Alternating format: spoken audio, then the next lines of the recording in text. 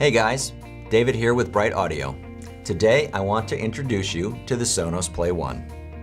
The Sonos Play 1 is a wireless speaker that connects to your home network and streams your favorite music services or plays any music found on your home network. It's controlled by a free app that can be downloaded to your smartphone, tablet, or computer.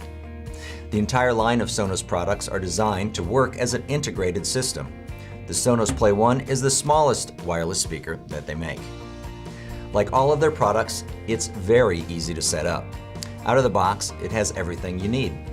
Download the Sonos software onto your phone, tablet, or computer, plug in your Sonos Play 1, and its indicator light will blink white.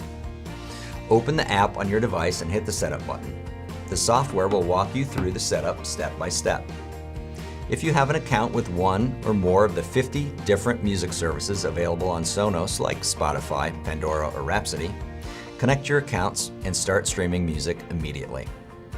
Small enough to sit on a shelf, bedside table, bathroom vanity, or kitchen cabinet, you may decide you need one in every room.